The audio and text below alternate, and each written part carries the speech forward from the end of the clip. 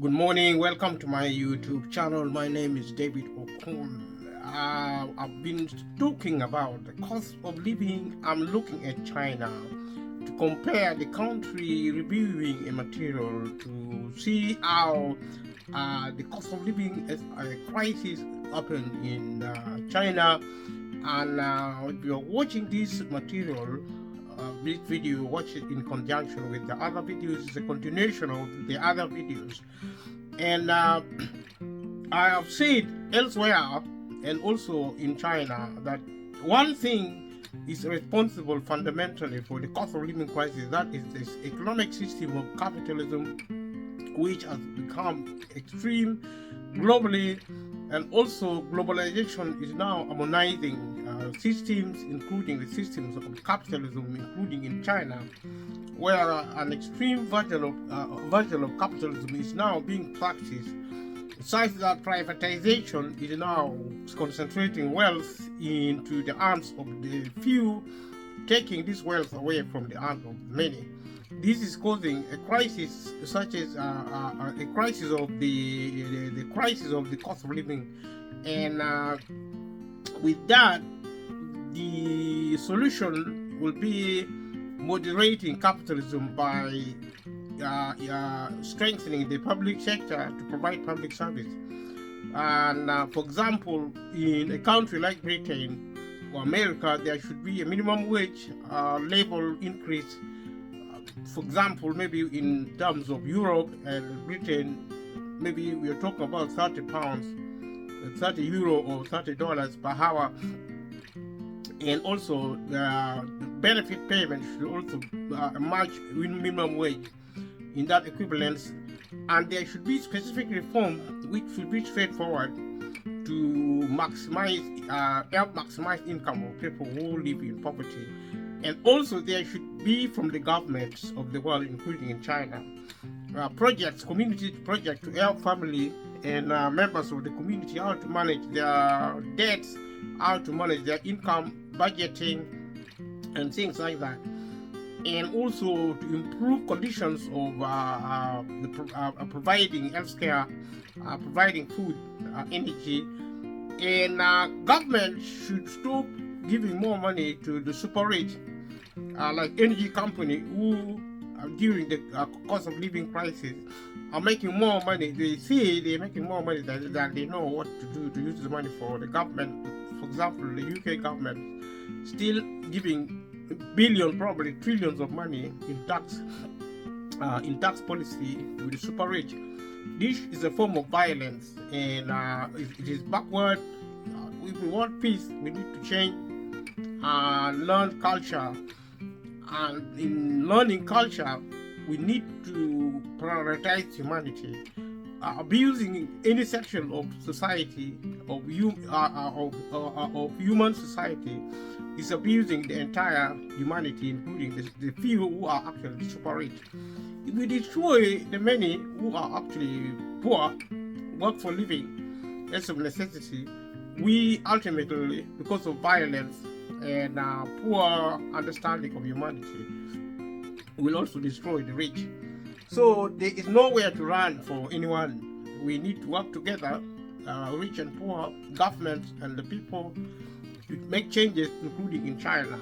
Today we are going to look at the Communist Party, or the Chinese Communist Party, which is part of the video China, part of the program on video program on China.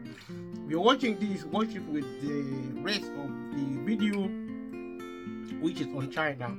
So you've seen that the Chinese Communist Party is the founding and ruling political party of the People's Republic of China. According to the CCP Constitution, its highest body of the CCP is the National Congress, held every 5 years. The National Congress elects the Central Committee, who then elects the party's Politburo Standing Committee, and the General Secretary, party leader, the top leadership of the country. The General Secretary holds ultimate power and authority over the state and government and serves as the informal paramount leader. It is a normal system comparable to any other system of the world. China is not distinctively different as a country and as a polity. It's not distinctively different from the rest of the world. So that is important to know.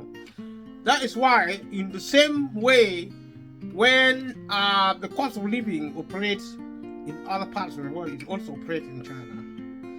The current leader, Secretary General Xi Jinping, who took office on the 15th of November 2012,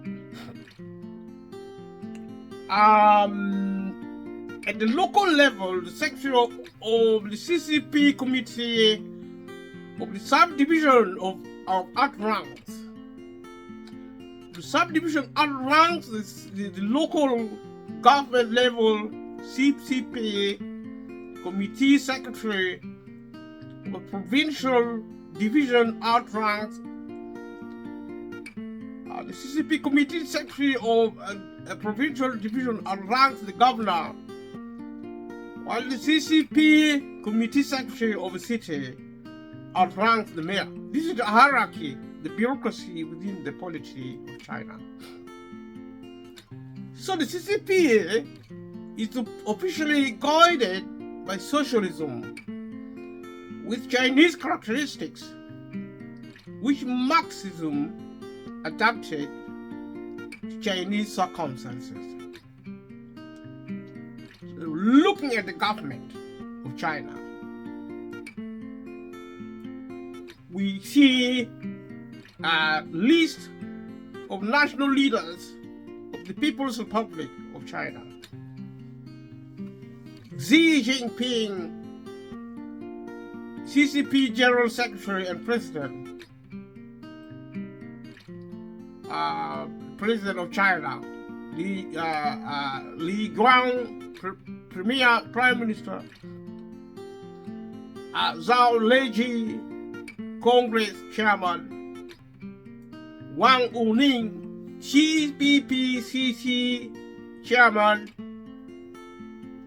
So the government of China is under the sole control of the CCP, with the CCP constitution outlining the party as the highest force for political leadership. So the CCP controls appointments in the government bodies, with most senior government officials being CCP members. This is China. The politics, the government of China, the system of China. The National People's Congress, NPC, the nearly 3,000 member legislature, is constitutionally the highest state organ of power, though it has been also described as the rubber stamp body. Rubber stamp body in government and politics sounds familiar. It's nothing distinctively unique about China. In so doing, if it does, the NPC meets annually, while the NPC Standing Committee, around 150 member body elected from NPC delegates, meets every couple of months.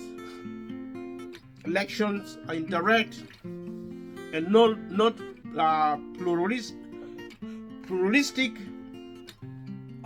with nominations at all levels being controlled by the CCP.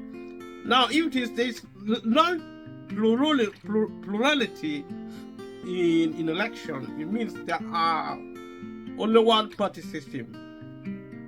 There aren't many political parties. There aren't many political parties as you see perhaps in the Western countries.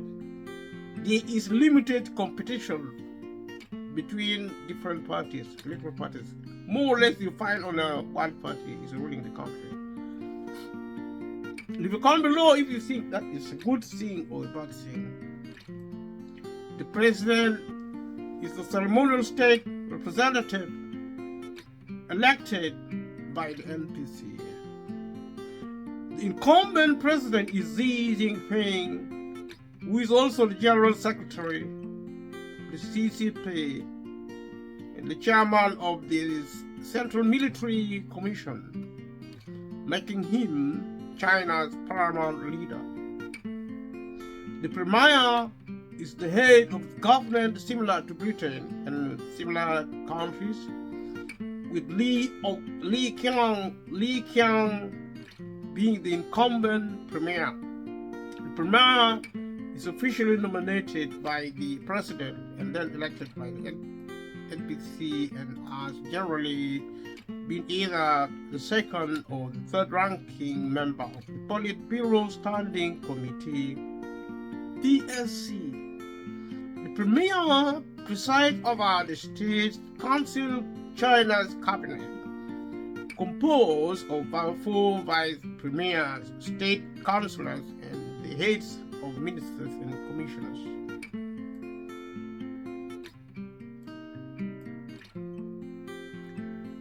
The Chinese People's Political Consultative Conference, CPPCC, is a political advisory body that is critical in China's unified front system, which aims to gather non-CCP voices to support the CCP. Similar to the People's Congress, CPPCCs exist at various divisions, with the National Committee of the CPPCC being chaired by Wang Wuning, fourth ranking member of the PCS. So the government of China is characterized by a high degree of political fractionalization but significant economic decentralization. So the central government sets the strategic direction while local officials carry it out. This is the bureaucracy reminiscent of any civil system or military ruling infrastructure. So look at China, the government and politics in China. So policy instruments and processes are often tested locally before being applied more widely, resulting in a policy process that involves experimentation and feedback. Generally, a high level of central government leadership refrains from crafting specific policies, instead using their informal networks and site visits to affirm or suggest changes to the direction of local policy experiments or pilot programs. The typical approach is that high-level central government leadership begins drafting formal policies, law, and regulation after policy has been developed at local levels. Looking at the demonstration, the civil system of rule, presumably, looking at the governance, the actual governance. So, a administrative division of China, districts of Hong Kong, the municipalities and parishes of Macau. The PRC is constitutionally a unitary state, officially divided into 23 provinces, 5 autonomous regions, each with a designated minority group, and 4 directly administered minority group, and 4 directly administered municipalities, collectively referred to as mainland China, as well as the special administrative region SARS of Hong Kong and Macau. So the PRC considers Taiwan to be its 23rd province, although it is governed by the Republic of China, ROC, which claims to be the legitimate representative of China and its territory, though it has downplayed these claims since its democratization. Geographically, all 31 provincial divisions of mainland China can be grouped into 6 regions North China, Northeast China, East China, South Central China, Southwest China, and Northwest China.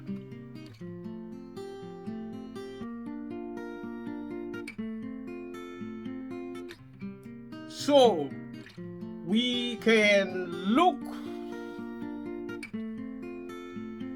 looking at the foreign relations of China and diplomatic relation of China. The PRC diplomatic relations with 179 United Nations member states and maintains embassies in 174. Since 2019, China has the largest diplomatic network in the world. In 1971, the PRC replaced the Republic of China (ROC) as the sole representative of China in the United Nations S1 and S1 of the 5 permanent members of the United Nations Security Council. It is a member of the intergovernmental organizations including the G20, East Asia Summit, and APEC. China was also a former member and leader of the non-aligned movement and still considered itself an advocate for developing countries like countries in Africa. Along with Brazil, Russia, India, and South Africa, China is a member of the BRICS group of emerging major economies and hosted the group's third official summit in Sanya in Hainan in April 2011. The PRC officially maintains the One China principle, which holds the view that there is only one sovereign state in the name of China. China has a relationship with other countries of the world, which they can work together to form policies and practices. So it is a normal country. Like I said, if you watch this video here, I watch it with the rest of the videos on China. This is a continuation of the other videos. So the unique status of Taiwan has led to countries recognizing the FRC to maintain unique One China policies that differ from each other. Some countries explicitly recognize the PRC's claim over Taiwan, while others, including the US and Japan, only acknowledge the claim. These officials have protested on numerous occasions when foreign countries have made diplomatic overtures to Taiwan, especially in the matter of armament sales. Most countries have switched recognition from the ROC to the PRC since the latter replaced the former in the United Nations in 1971 as the sole representative of China. Much of the current Chinese foreign policy is reportedly based on Premier Zhao and Lai 5 principles of peaceful coexistence, and is also driven by the concept of harmony without uniformity, which encourages diplomatic relations between states despite ideological differences. These policies may have led China to support and maintain close ties with states that are regarded as dangerous or repressive by Western nations such as Myanmar, North Korea, and Iran.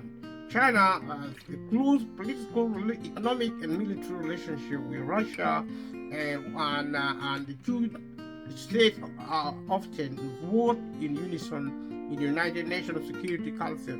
Let us look at trade. On 21st of May 2014, China and Russia signed a 400 billion gas deal. Currently, Russia is supplying natural gas to China. China became the world's largest trading region in 2013, as measured by the sum of imports and exports, as well as the world's largest commodity maritime dry bulk market. Importer comprising roughly 45% of maritime dry bulk market. By 2016, China was the largest trading partner of 124 other countries. So China is the largest trading partner of the ASEAN nations, with a total trade value of 669.2 billion in 2021, accounting for 20% of ASEAN's national total trade. ASEAN is also China's largest trading partner. In 2020, China became the largest trading partner of the European Union for goods, with the total value of goods trade reaching nearly $700 billion US dollar. So China, along with ASEAN, Japan, South Korea, Australia, and New Zealand, is a member of the Regional Comprehensive Economic Partnership, the world's largest free trade area, covering 30% of the world's population and economic output. China became a member of the World Trade Organization, WTO, in 2001. In 2004, it proposed an entirely new East Asian Summit EAS framework as a forum for regional security issues. The EAS, which includes ASEAN plus 3, India, Australia, and New Zealand, held its inaugural summit in 2005. This information helps to see that Russia is part of the global economy. If you watch the rest of my video, I've discussed globalization and capitalism, which I have argued rather successfully that it is fundamentally responsible for so many problems, including the cost of living crisis. It becomes a problem when we practice the extreme form of capitalism, and if we do so globally, including in China, we do that, it creates the cost of living crisis, the cost of living crisis and other crises. Because if we neglect the public sector includes the national security, including the military, the police, prison, and the intelligence services, environmental security. The public sector is extremely important. If it is given up to the public-private sector, they will destroy it and they close it down, because the private sector is not designed to provide public service. Like environmental protection, because it is the private businesses only operate to provide profit for those who own it, especially big businesses, multi-billionaires businesses. I've explained this over and again in different ways, in different countries. My purpose is to actually demonstrate that capitalism is operational globally, including in China. Because sometimes people think, the old politics of communism, capitalism still exists. But I have said repeatedly that what matters is whether a country is ruling over its citizens. If your government rules over you, they are responsible for your welfare, yours including security, food security, national security, and protection of property and lives of humans, and of all the other wealth and systems. So if you begin to hear government pretending that they are not responsible for you, that they are either lying or they are out of touch, because so the government can only take care of its citizens when implementing public sector. If it starts closing down the public sector, not funding the public sector, selling the public sector to private companies, then the government is saying it is no longer responsible for the majority of the population, because you see, private companies only caters for people with money, and people with money are always multimillionaires and multi-billionaires. Ordinary people do not have money really, unless they are being paid, unless they work, if they don't work, they should be paid benefit by the state, or they should be, what's the other thing, provided housing, provided free housing, free education, free healthcare, which it is not doing effectively if it does. And in Africa, these things do not exist. Africa should be supported more. Countries like China and Europe, and countries in Europe and America should actually come together using its foreign and political instruments every element of its rule should be used to get Africans, to get the rest of the continent, the globe should be removed from poverty into condition of normal living. I'm not even get out of poverty doesn't mean get into wealth. Getting into wealth is another debate. Getting into wealth is not impossible with technology, like artificial intelligence, like I said. Because you see, as we develop technologically as a society, these technologies will begin to help us to access wealth and goods and services at no extra cost. If producing goods and services do not produce extra cost, then there will be no need to sell them, because we sell them to recover our costs and to make money. We make money to buy goods and services. But if goods and services are already produced freely, I mean, at no extra cost, there's no point to sell it. Therefore, there's no need for money. We only produce goods and services and give it freely to everyone. So we don't even think about wealth.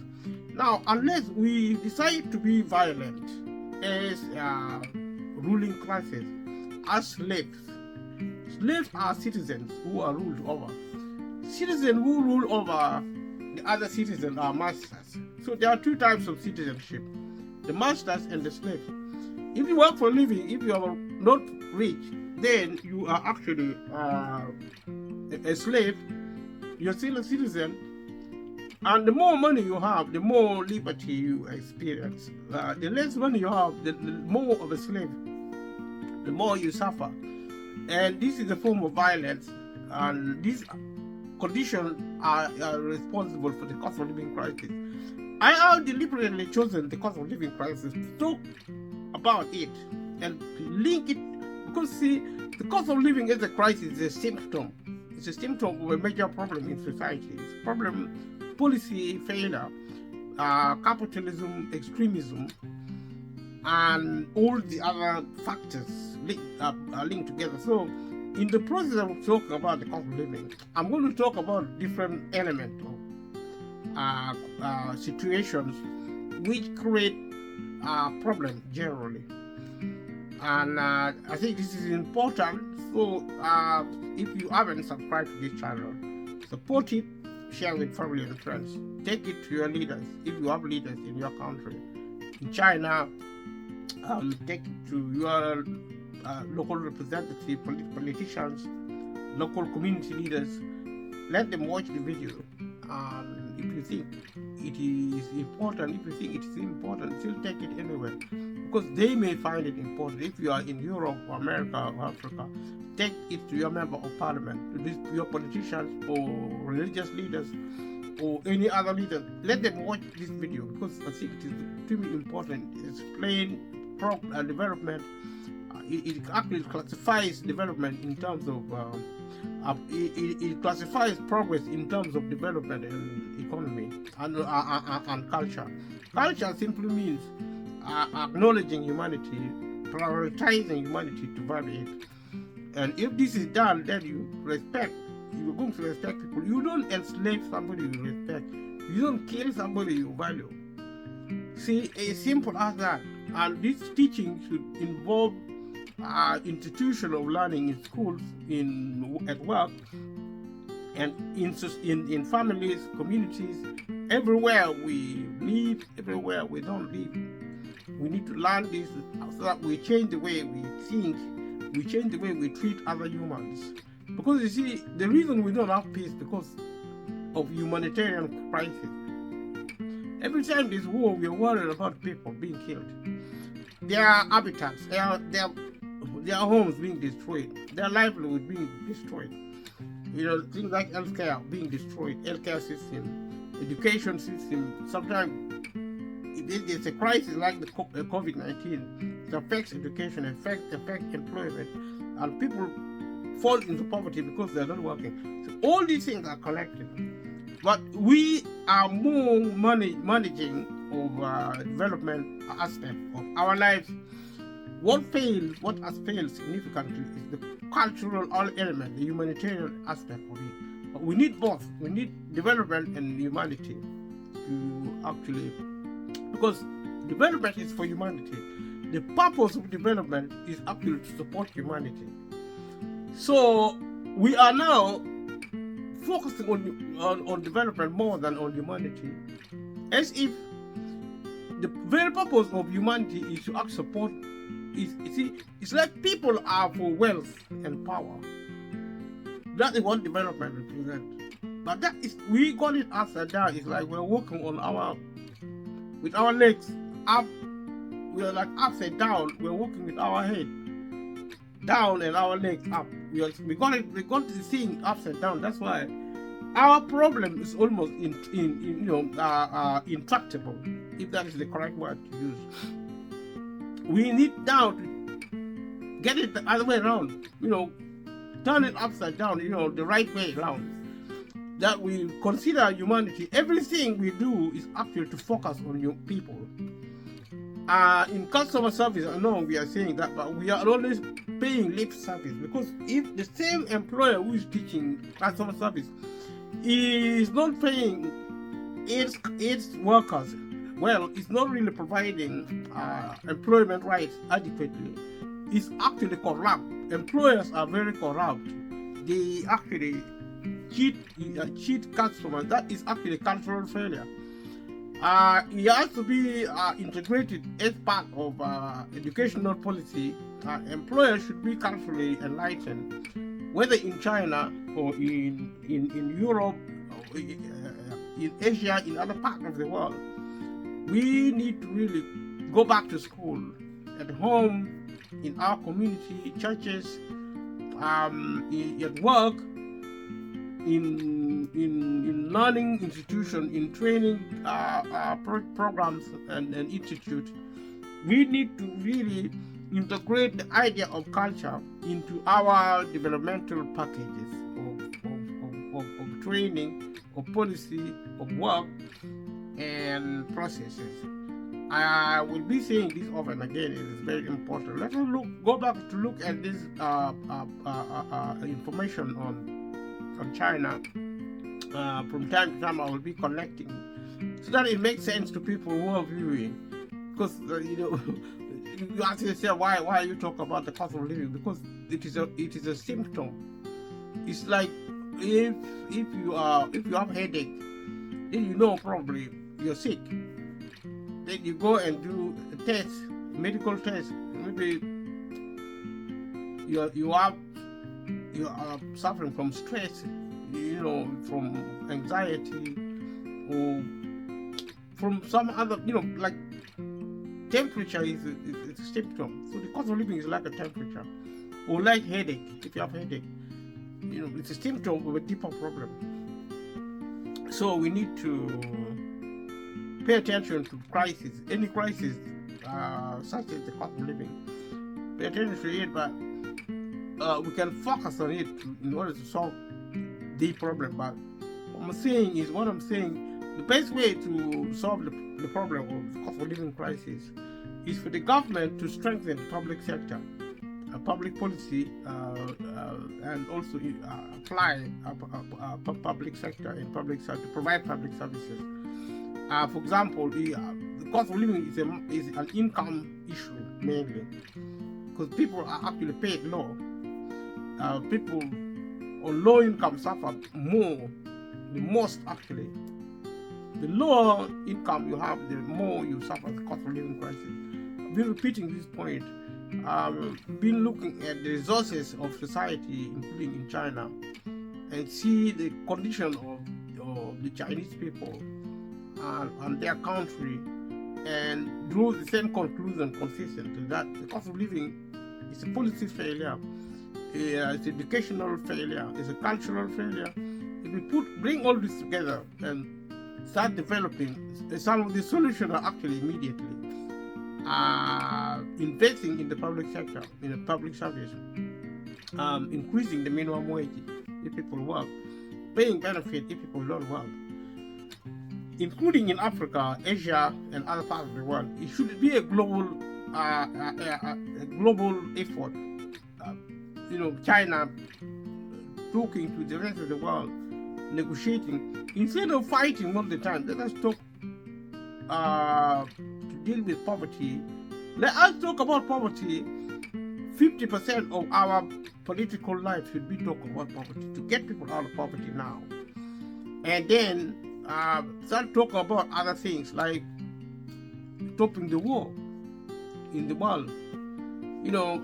Managing the climate change. We cannot talk about climate change when people are dying of poverty. People cannot access food.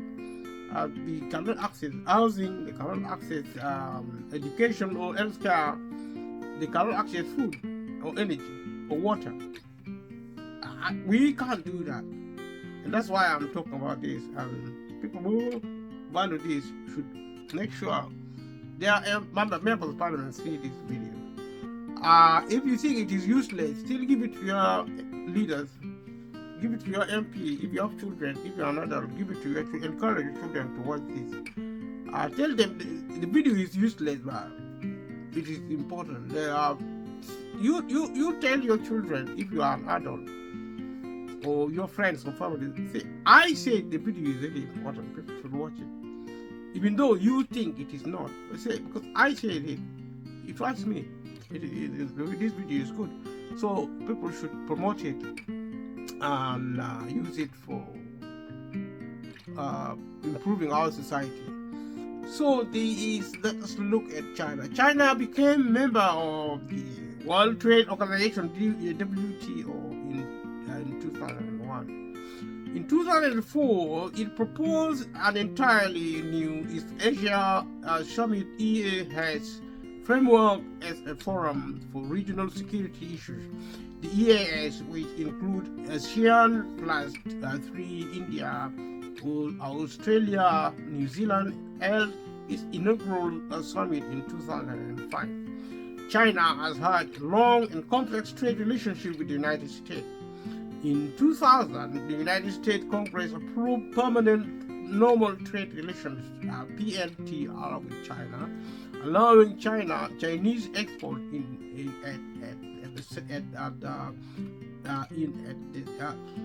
at the same low tariff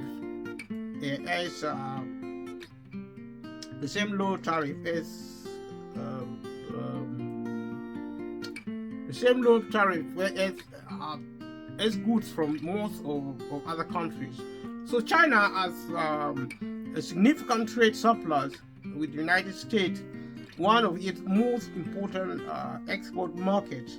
Economists have argued that the renminbi is undervalued due to currency intervention from the Chinese government, having given China as an unfair, giving China an unfair trade advantage. So when we talk about we talk about renminbi is a Chinese currency. It's quite interesting. The US and other foreign governments have also alleged that China does not respect intellectual property IP rights and steals IP through espionage operations, with the US Department of Justice saying that 80% of all the precautions related to economic espionage it brings were about conduct to benefit the Chinese state. Why is China stealing intellectual property? If China can steal intellectual property, is it the case that other countries also does the same? I'm just asking. Since the turn of the century, China has followed a policy of engaging with African nations for trade and bilateral cooperation. In 2022, since Sino-African and trade a total of 282 billion, having grown more than 20 times over 2 decades. According to Madison Condon, China finances more infrastructure projects in Africa than the World Bank and provides billions of dollars in low-interest loans to the continent's emerging economies. So China actually gives loan to Africa and other parts of the world. China maintains extensive and highly diversified trade links with the European Union and became its largest trading partner for goods, with the total value of goods trade reaching nearly 700 billion. China has furthermore strengthened its trade ties with major South American economies and is the largest trading partner of Brazil, Chile, Peru, Uruguay, Argentina, and several others. In 2013, China initiated the Belt and Road Initiative (BRI), a large global infrastructure building initiative with funding on the order of 50 to 100 billion per year. BRI could be one of the largest development plans in modern history. It has expanded significantly over the last 6 years and as of April 2020 includes 138 countries and 30 international organizations. So China is building infrastructure in many countries, in other words, including between China and America, in like roads, tunneling. In addition to intensifying foreign policy relations, the focus here is particularly on building efficient transport routes. The focus is particularly on the maritime Silk Road with its connection to East Africa and Europe, and there are Chinese investment or related declarations of intent at numerous ports such as Guada, Guantan, Ambantota, Piraeus,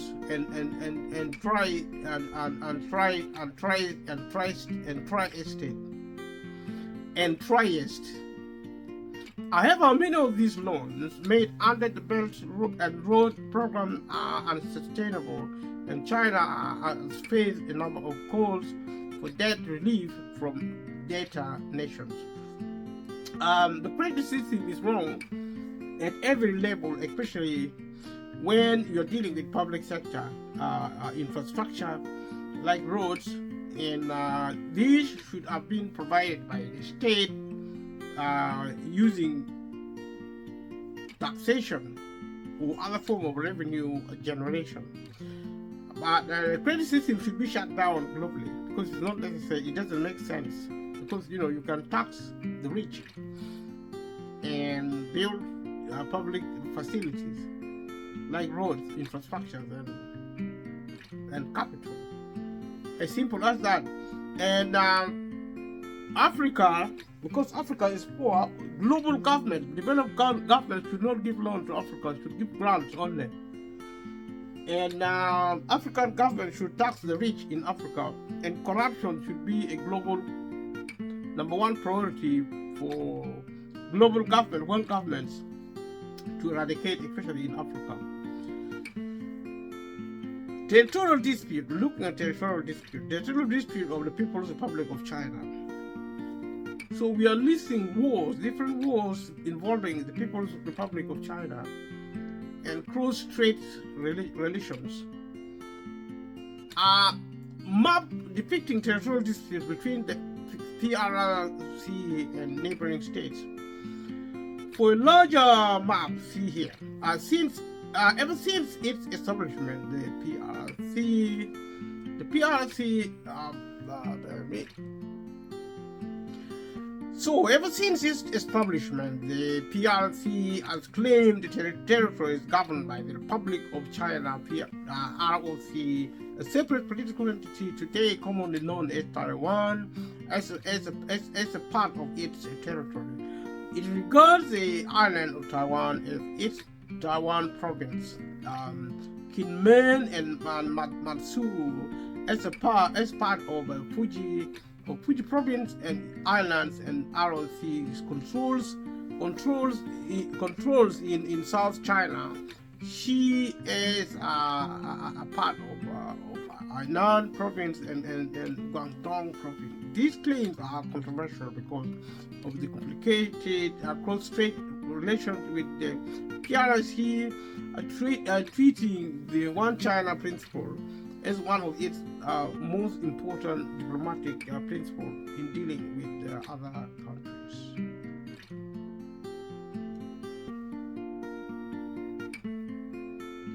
So China has resolved its land borders with 12 out of 14 neighboring countries, having pursued substantial compromises in most of them. China currently has a disputed land border with India and Bhutan. China is additionally involved in maritime disputes with multiple countries over the ownership of several small islands in the East and South China Seas, such as Socotra Rock and Senkaku Islands and the entirety of South China Sea. The reason there is always conflict over one thing or another, because the development of the world has been through war, conquest. People have been looting, actually taking by force lands and territories belonging to other people across the globe, not just in China.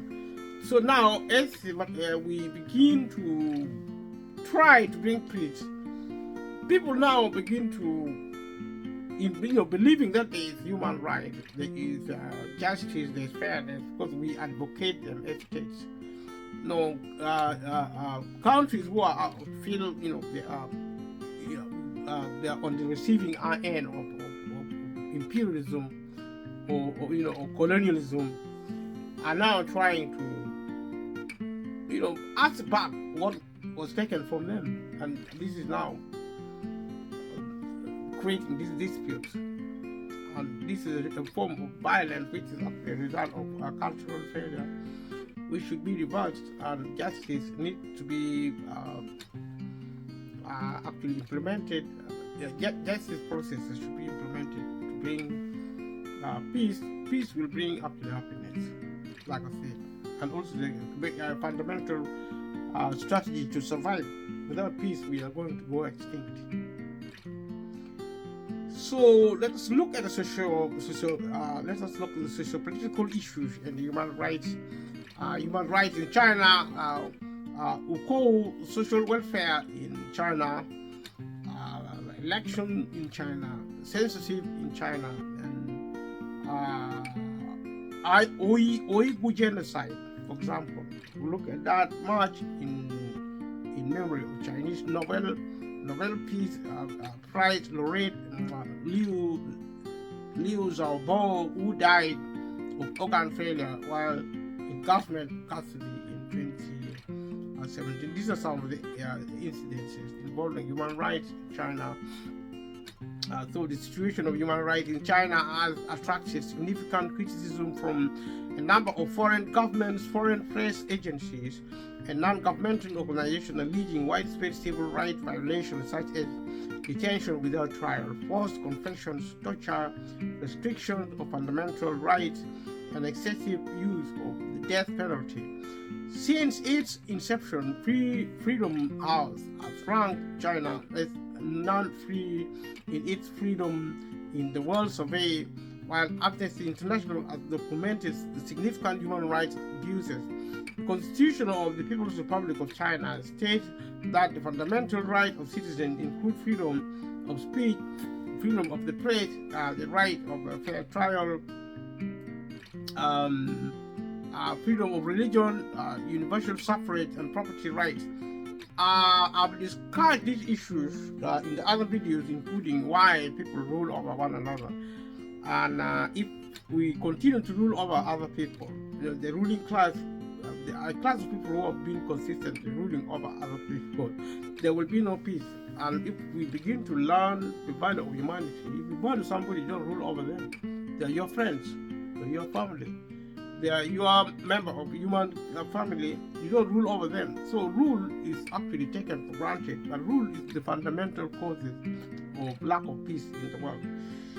Until we right that wrong, human wrong, we will never be up. We will never have peace. Also, we risk extinction.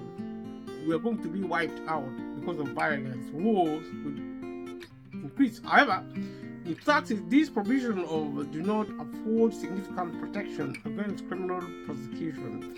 by the state. China has limited protection regarding LGBT rights. Although some criticism of government policies and the ruling CCP are tolerated, censorship of political speech and information are amongst the oddest in the world and routinely used to prevent collective action.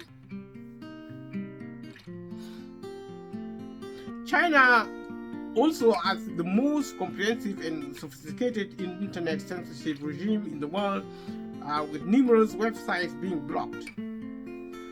The government suppresses popular protests and demonstrations that it considers a political threat to social stability, as was the case with the 1989 Tiananmen Square protest and massacre. Now, this behavior is similar to any government of the world. Maybe it's worse in China, but it's only worse. But all governments behave the same. Because you see, rule is not consented to. Nobody can consent to be ruled over. We need to start use our brain for thinking.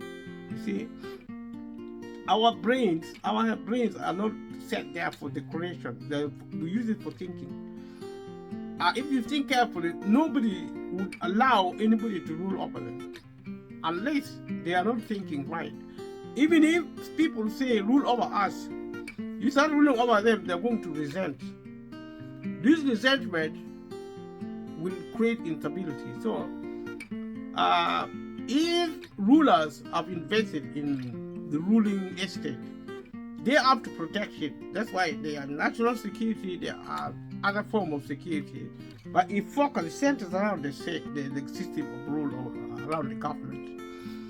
And anybody trying to disrupt that risks creating a lot of problems. That's why all the government are actually brutal in defending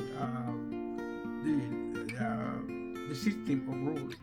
And now we are increasingly talk about democracy, but democracy will only happen if we stop the system of rule, if we stop ruling over other people, because we are not ruling other.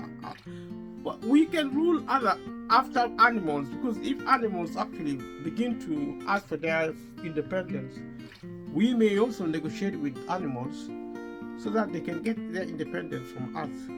But you see, human ruling over humans is just impossible, and so there can never be peace. So the only way to maintain at least some semblance of peace is to use force and violence. That's why there's force and violence. That's why there's conflict, because people are rivaling for power. You know, that's what's happening really. China additionally uses a massive espionage. Espionage is actually spying network of cameras, facial recognition software, sensors, and surveillance of personal technology as a means of social control of persons living in the country. The same anywhere in the world, including in Europe, America. What China is doing is actually the same with any other country. It is global.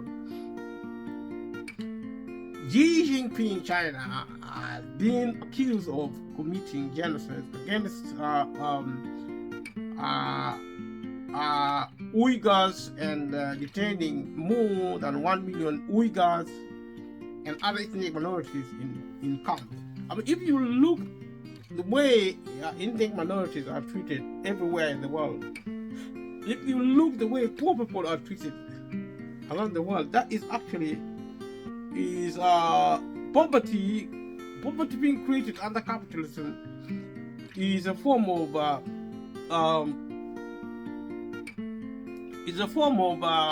genocide. You know, the cost of living is an example of a genocide against poor people, the majority of the people. See, but it's not class like that for political reasons or because people just don't realize it is as bad as any form of genocide, because you force people into becoming homeless, becoming beggars. You know, sick people cannot be treated because you're not providing health care. People who need care, that is a form of genocide. It's just not included because the ruling class would not want to give human rights to people because human rights is actually false economy. I mean, you cannot have human rights in practice if you are ruling over people. It's simple as that. Stop ruling over people, then people will have human rights.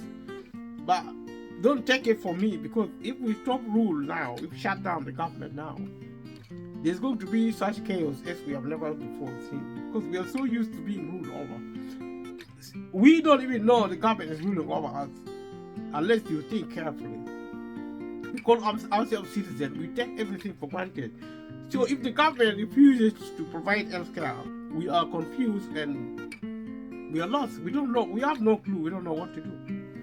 If we cannot access food and we are being sent into begging centers to go and beg for food, then we begin to worry. We are so shocked that how can, world full of wealth, how can people be beggars? The government actually institute begging system, including the benefit system. Benefit system is okay because if technology is taken away employment, then it is of necessity that the government should increase the benefit system, because a lot of people are going to lose their jobs to the machine, which is a good thing if you lose their jobs to the machine, but it's a bad thing if you can, in the process, you lose your income. So the cost of living is going to be a very dangerous thing. It's going to cascade into something totally dangerous. China, therefore, is regularly accused of large-scale repression or human rights abuses in Tibet and Xinjiang, where a significant amount of ethnic minorities reside, including violent police crackdowns and religious suppression. In Xinjiang, repression has been significantly escalated since 2016, after which at least 1 million Uyghurs and other ethnic and religion minorities have been detained in internment camps against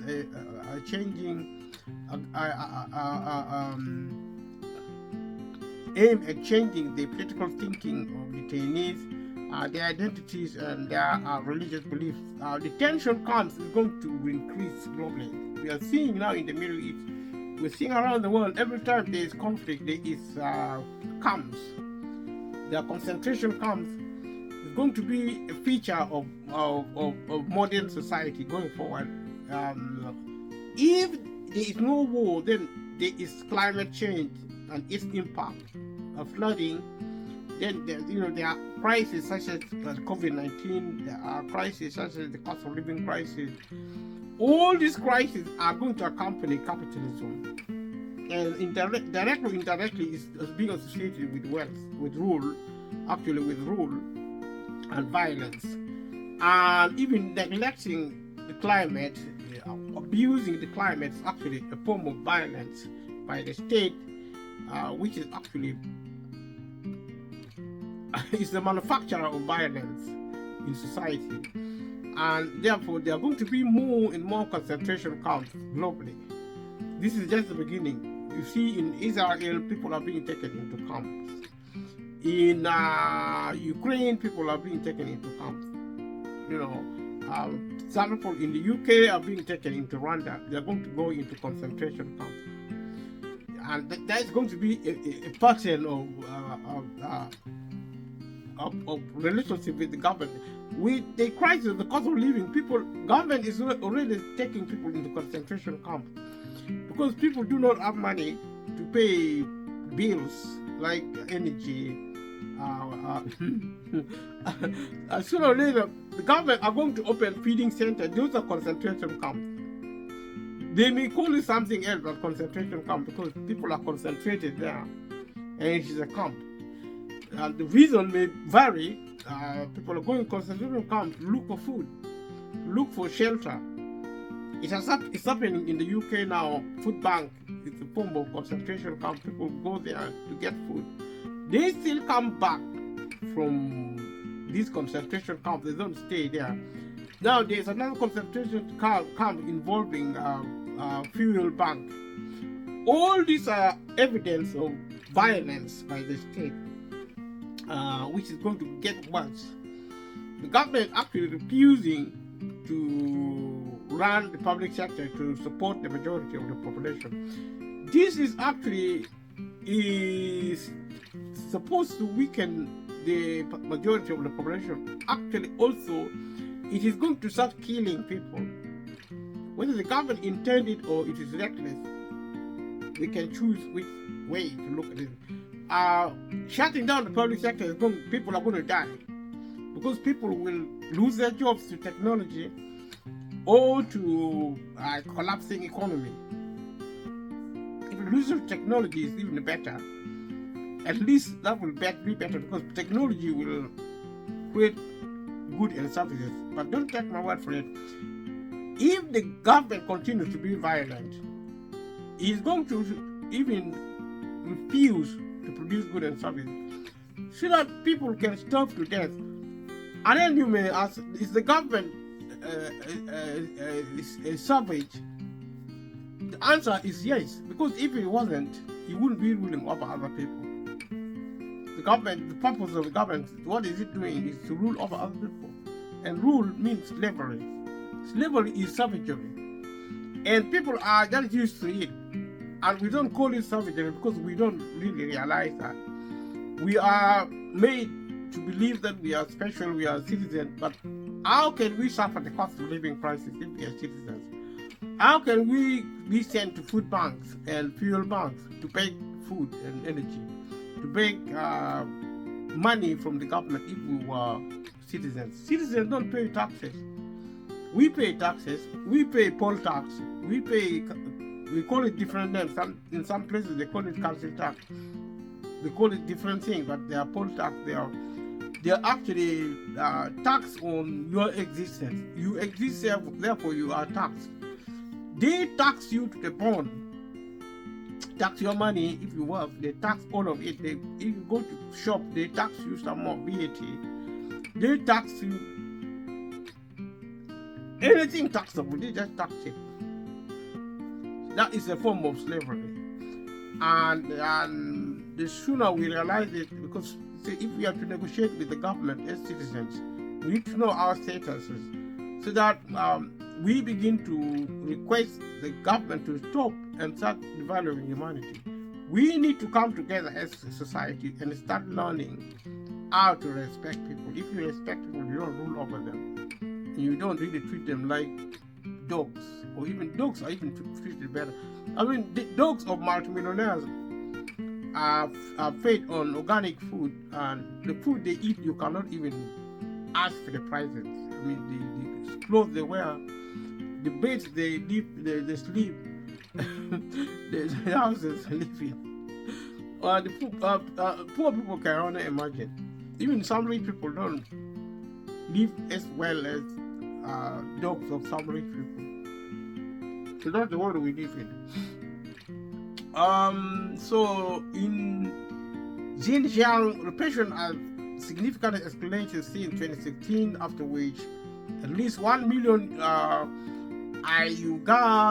Uyghurs, and other ethnic religion minorities have been detained in internment camps aimed at changing the political thinking of detainees, their identities, and their religious beliefs. So that material speaks volume, and it is not just in China, it's actually global. It's the same everywhere. In China probably it's worse. Maybe the context in China, but what you read in China is what is happening around the world. It's part of globalization. It's a part of it's happening because people are ruling over one another. According to the 2020 report, China's treatment of Uyghurs meets the UN definition of genocide, while Supreme UN Human Rights Office reports say they could potentially meet the definition of crime against humanity. Those are hot airs. Go to Africa, almost any African government is worse than what you see in China. Literally, but they are praised. African governments are praised by some countries as democracies. And yet, if you compare the way Africans are suffering under dictatorship and abuse of human rights, China is a paradise. I would rather go and live in China than in Africa. So, but it's the same. Indirectly, it's the same everywhere. People are abused by the state because they are ignorant. They don't know human value. They only think of power and wealth and rule. That's why they treat people like that. 2020-2019 Hong Kong protests. Looking at the global studies from Pew Research Center in 2014 and 2017 ranked the Chinese government's restrictions on religion as among the highest in the world, despite our to moderate rankings for religious-related social hostilities in the country. The Global Slavery Index estimated that in 2016, more than 3.8 million people were living in conditions of modern slavery, or 0.25% of the population, including victims of human trafficking, forced labor, forced marriage, child labor, and state-imposed forced labor. The state-imposed re-education through labor Lao Jiao system was formally abolished in 2013, but it is not clear to which extent its forest practices have stopped. So what happened in China happened everywhere as well. You may or may not see it, but it's happening. In China, maybe it's far worse.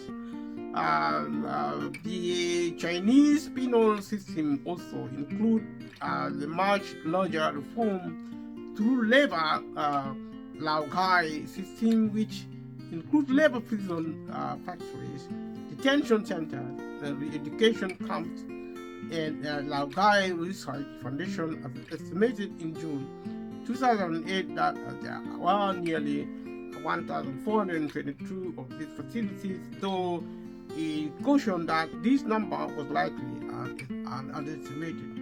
In Britain, for example, they are practicing slavery when they ask poor people to work for their benefits. Benefits is an insult in the first place, the form of slavery. Actually, when you give state benefit to people, you are actually enslaving them into perpetual poverty.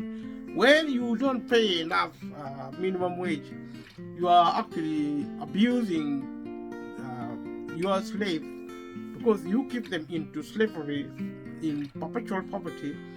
You deny them access to healthcare, you deny them housing, you deny them food, energy, water, you deny them everything. They are your slaves. And that's why the governments of the world treat its citizens in an abusive way, shutting down public sector, shutting down public services, and shutting down the economy, small and medium business, and then shutting out ultimately large economy, large businesses, to only concentrate on producing goods and services for those with money, the multimillionaires, the multinationals, the 10 or 20% of the population. The rest of the population will go into concentration camp and they will die there. That is what I see. Leave comment below what you see, and give this comment, this video to your member of parliament, and let them contact me if they're in China. Let them talk to me what they think about the video. So let's look at public views of government. So we'll talk about political views of government. Political concerns in China include the following gap between rich, the growing gap between rich and poor, and government corruption. It's a familiar story across the globe, including in Africa. Nonetheless, international surveys show a high level of the Chinese public satisfaction with the government. These views are generally attributed to the material comforts and security available to large segments of the Chinese populace, as well as the government's attentiveness and responsiveness.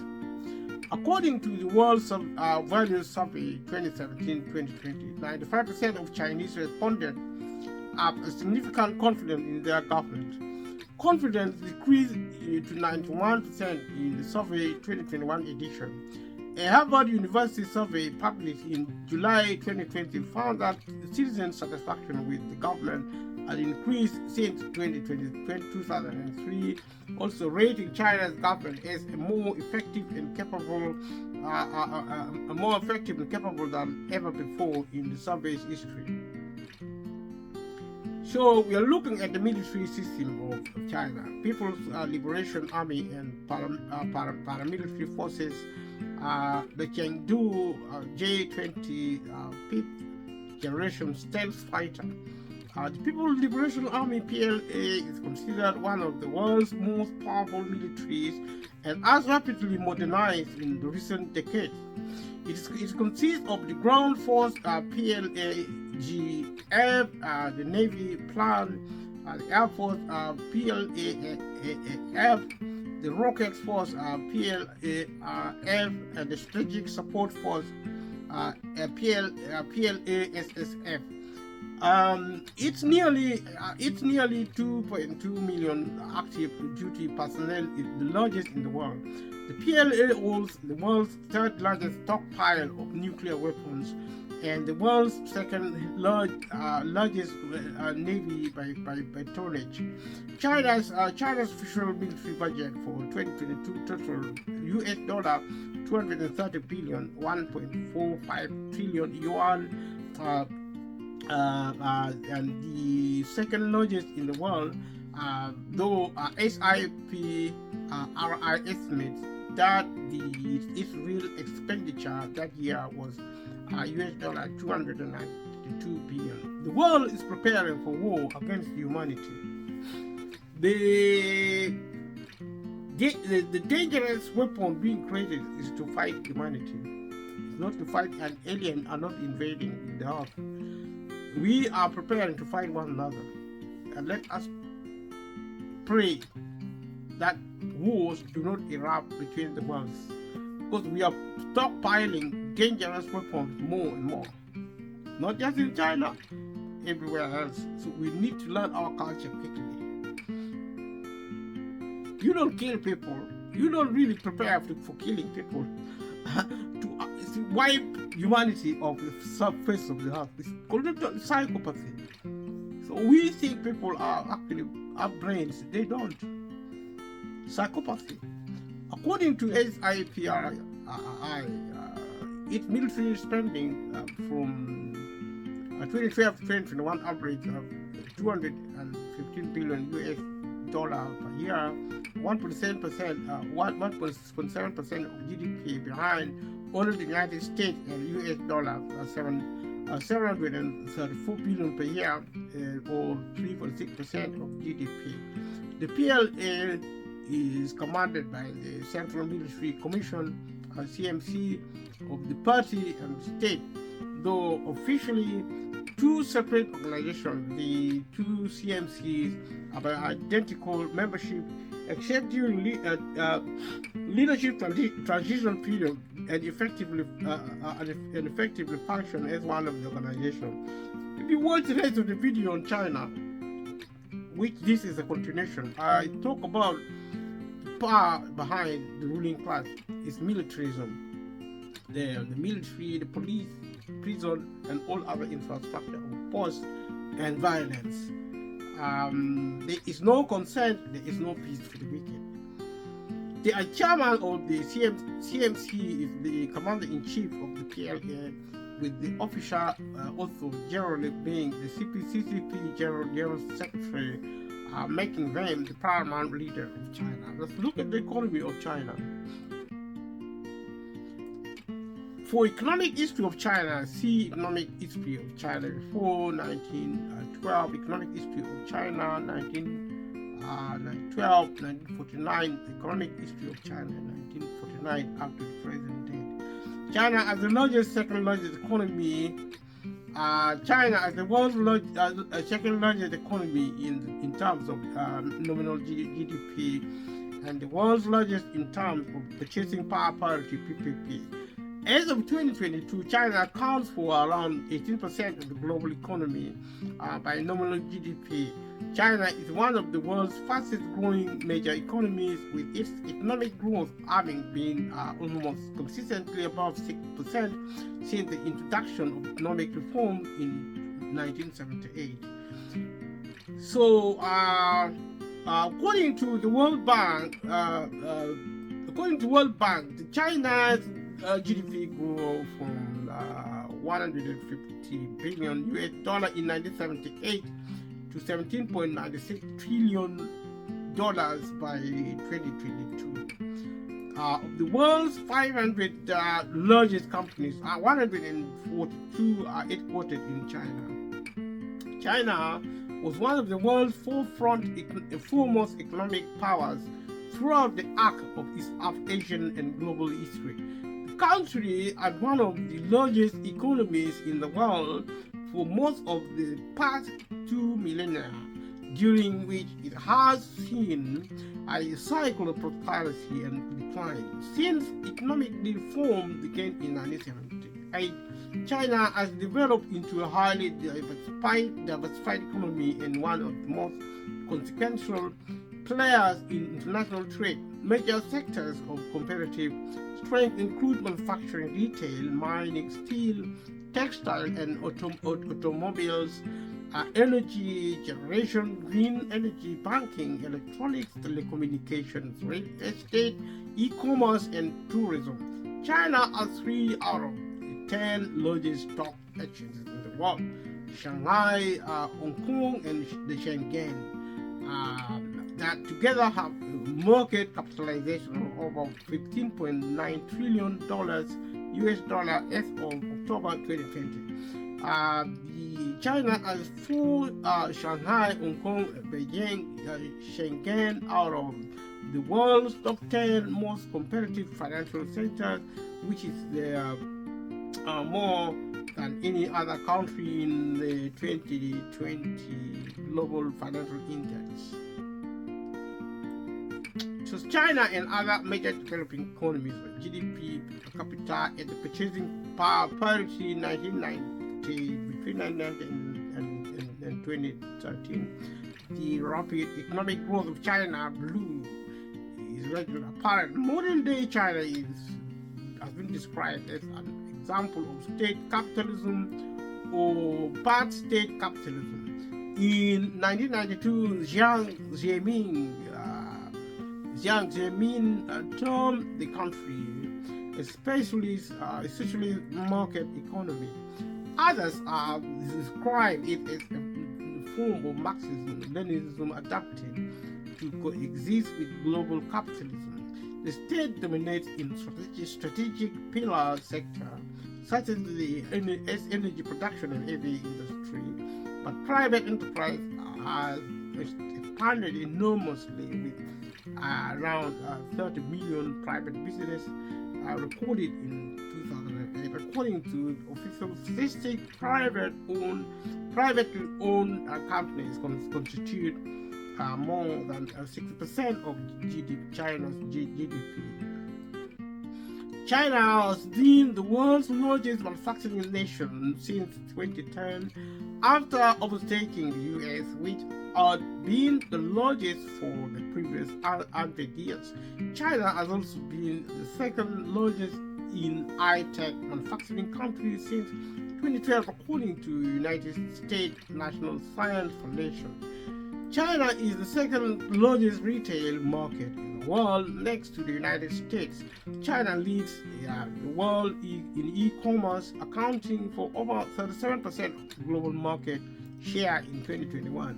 China is the world's leader in electronic vehicle consumption and production, manufacturing and buying half of the plug-in electric cars, BEV and PHEV in the world as of 2022. China is also the leading producer of batteries for electric vehicles, as well as several raw materials for batteries.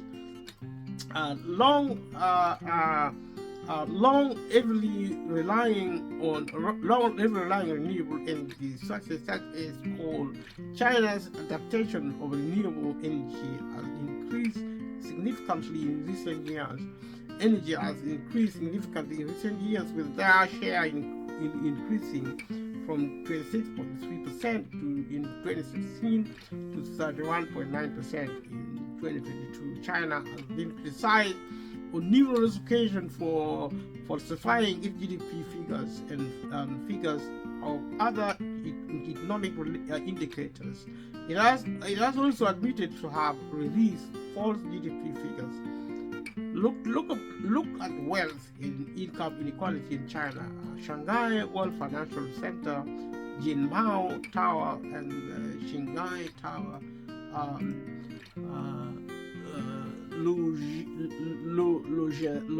Luzhui. China accounted for 70.9% of the world's total wealth in 2021, second highest in the world after the United States. It ranks at 64th at GDP nominal per capita, making it an upper middle class income country.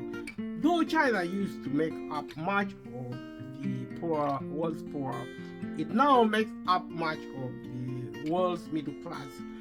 China brought more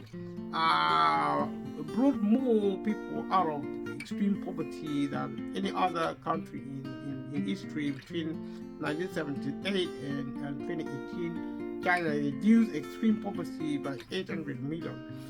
And now when we talk about poverty, talk about the working class, the lower and the middle class. Normally, they only look at the lower class and call them poor. Because if you work for a living and if you rely on credit to supplement your income, if you can lose your job at any time, you should be included as among the poor, so that we measure poverty accurately. And we have some either people who do not know what they're doing very well, or they're just crafty and corrupt. They're now miscalculating how many people are poor. Actually, up to 8 to 9% of the world population are living in poverty. That means there is an element of violence in terms of the inequalities by the state, created by the state. China reduced the extreme poverty rate per international standard.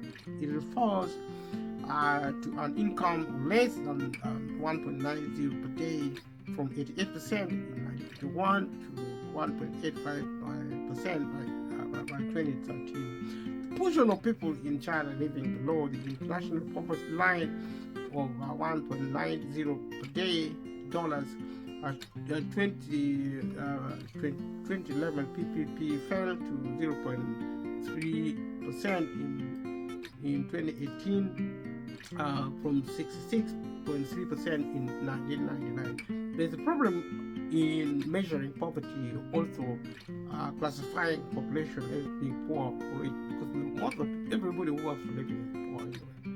Some are poorer than others, but they are poor nonetheless. In 1991, using the lower middle income poverty line of £3.20 per day, the portion fell to 2.9% in 2018 and 90.0% in 1990. Using the upper middle income poverty line of 5.5% per day, the portion fell to 17.0% from 98.3% in 1990. However, much of the information released by the Chinese government has been criticized for being false, and many organizations have indicated the government's policy of censoring all news regarding poverty. That is the behavior of every government. China probably was. From 1978 to 2018, the average standard of living multiplied by a factor of 26. Wages in China have grown a lot in the last 40 years, real inflation of justice wages grew since sevenfold from 1978 to 2007. Per capita income augmented significantly when the PRC was founded in 1949. Per capita income in China was 1/5 of the world average. Per capita income now is equal the world average itself. China's development is highly uneven. Its major cities and coastal areas are far more prosperous compared to rural and interior regions. It has a high level of economic inequality, which has increased quickly after the economic reforms, though has decreased significantly in the 2010s.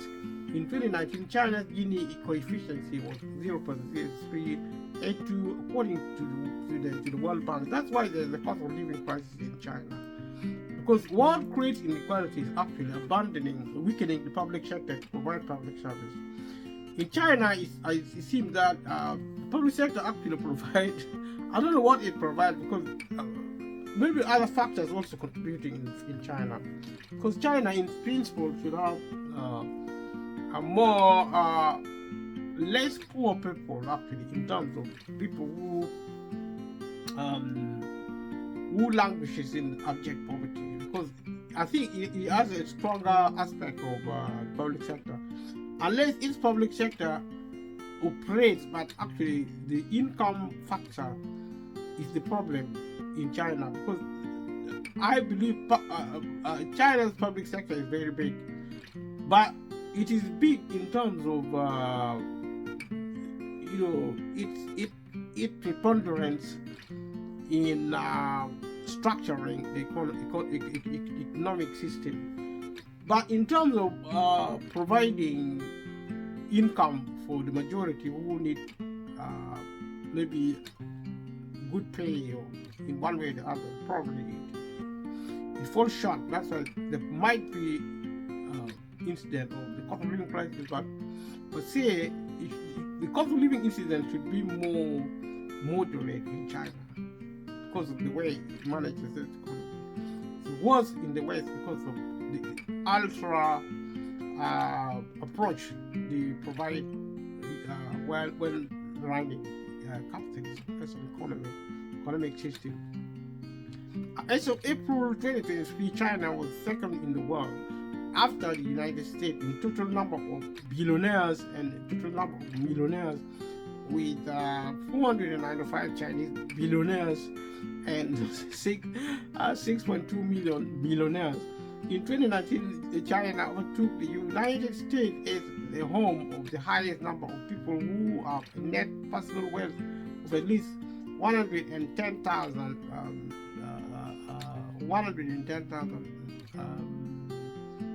according to the Global Wealth Report of Credit Suisse.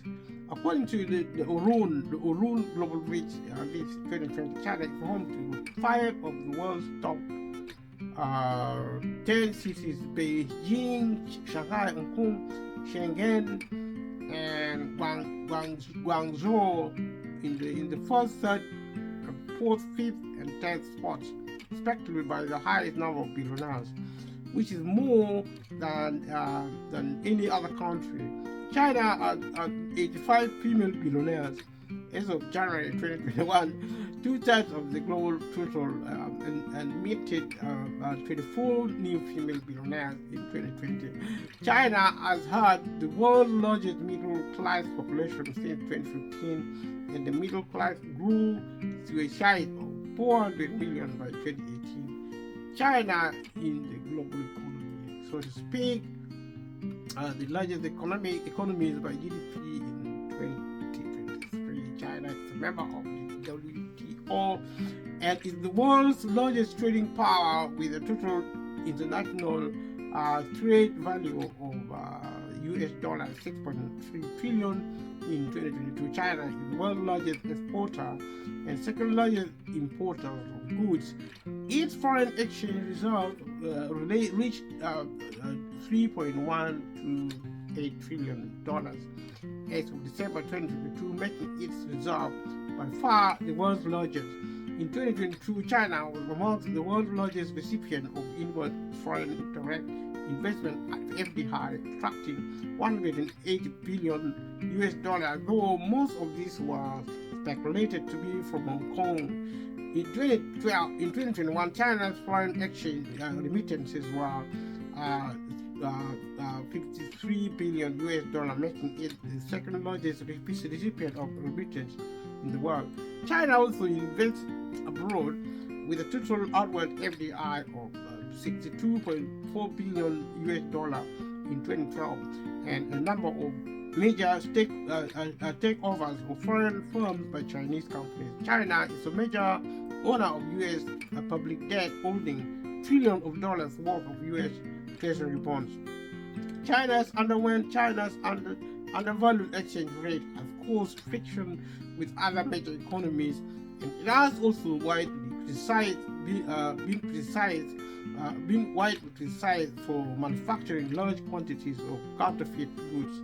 In 2010, Harvard University's Economic Complexity Index ranked complexity of China's export 17th in the world, up from 24th in 2010. Following the 2007-2008 financial crisis, Chinese authorities sought to actively wean off its dependence on the US dollar as a result of perceived weaknesses of the international monetary system. To achieve those ends, China took a series of actions to further the internationalization of the renminbi.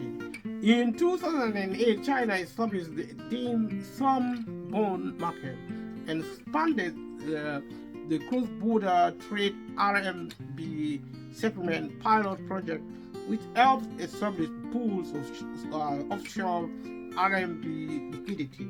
This was followed with bilateral agreements with trade to settle trade directly in renminbi with Russia, Japan, Australia, Singapore, the United Kingdom, and Canada. As a result of the rapid internationalization of the renminbi, it became the eighth post-traded currency in the world by 2018, an emerging international reserve currency and a component of the IMF special drawing rights. However, partly due to capital control that makes the renminbi fall short of being a fully convertible currency. It remained far behind the euro, dollar, and Japanese yen in international trade volumes. As of 2022, yuan is the world's fifth most traded currency. In the future, we're going to look at central business districts in China. Thank you for watching this video. We have been looking at China and trying to assess its status in terms of wealth, in terms of society, and also looking at the incident of the cost of living crisis. I have said it before and again that income inequality is the main source of the cost of living crisis.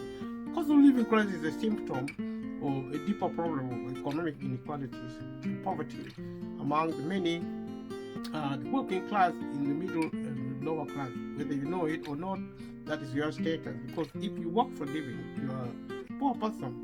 You may be feeling good because of credit, maybe you are paid well, but when you lose your job and your credit is lost also, your credit cards and all that is cancelled because you no longer work, you're homeless because you can't buy your house, your home outright, and you can't buy your car, you can't go on holiday without borrowing money. Then you begin to realize you're poor. So poverty is covered up by the state, to confuse its citizens, because the violence is created by rule, system of rule, which is wrong. People should be free. Freedom means the government shuts down and stop ruling over other people. That is not going to happen anytime soon until the governments and society learn the cultural economy, which is valuing humanity. If you value humanity, you don't rule over them. And thank you for watching this video again. Once again, subscribe to my channel if you have watched this far, and share with subscribe to my channel, share with family and friends, and click the notification